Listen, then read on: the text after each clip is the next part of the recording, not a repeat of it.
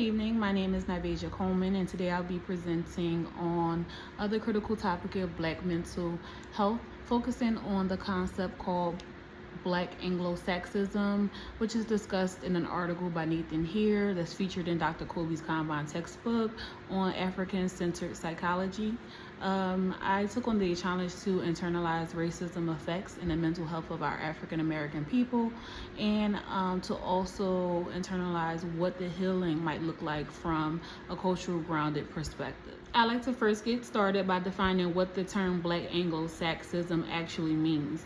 And it's a term that was coined by Nathan Here, referring to the psychological condition where Black individuals have internalized the values, beliefs, and the norms of whites, often at the expense of their own African-centered identity. Hare described these individuals specifically as white men and black skin, sort of like what we would consider the term today of being basically an Uncle Tom.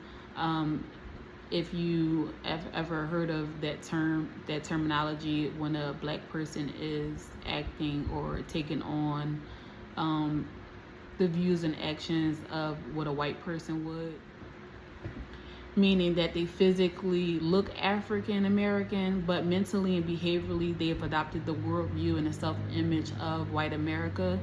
And this isn't just assimilation, it's a form of mental colonization and deep psychological trauma. According to Hare and Combine, the Black Anglo-Saxon is often plagued by low self-esteem, self-hate masking respectability, cognitive dissonance, and emotional suppression.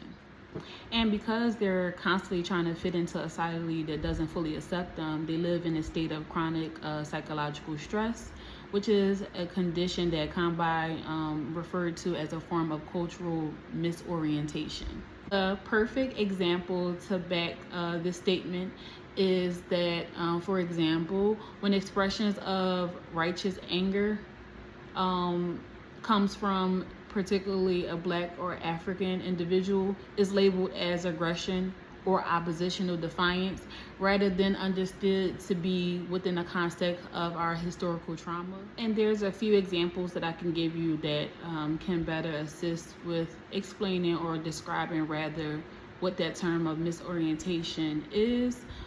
For example, a child can be punished for speaking African American vernacular English and is told to talk white or talk proper.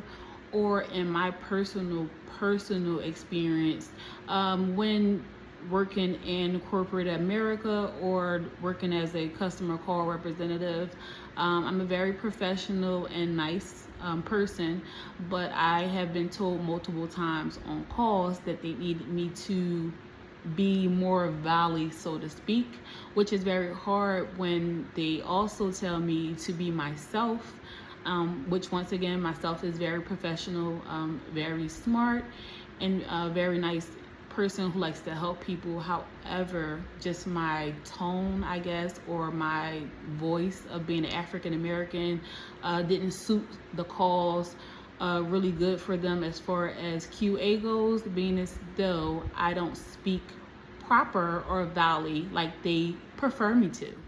Then there's also the example of within beauty standards where the Eurocentric features are promoted while shaming natural hair and skin tones or textures. These examples may seem minor, but over time they chip away at one's cultural identity and sense of self, taking a piece of who we are as melanated people and African Americans within the society. Another major point Hare and Combine highlighted in this article in Dr. Colby's Combine textbook is the traditional mental health system that's in America, stating that it's Eurocentric, meaning that it's not designed with the black psych or cultural reality in mind. And this is why many black individuals are often misdiagnosed, underdiagnosed, or even over-pathologized. So moving forward toward healing, I'd like to propose a question. And it's very simple. It's just, how do we address this? And I believe from reading and researching through Dr. Colby Con's textbook that the answer lies in the African-centered psychology. as it was proposed by Combine himself and others, that in order to get to the point where the healing begins, we have to reconnect with our African identity, restore a sense of community values over individualism, and of course promote Black self-love, self-determination, and cultural pride.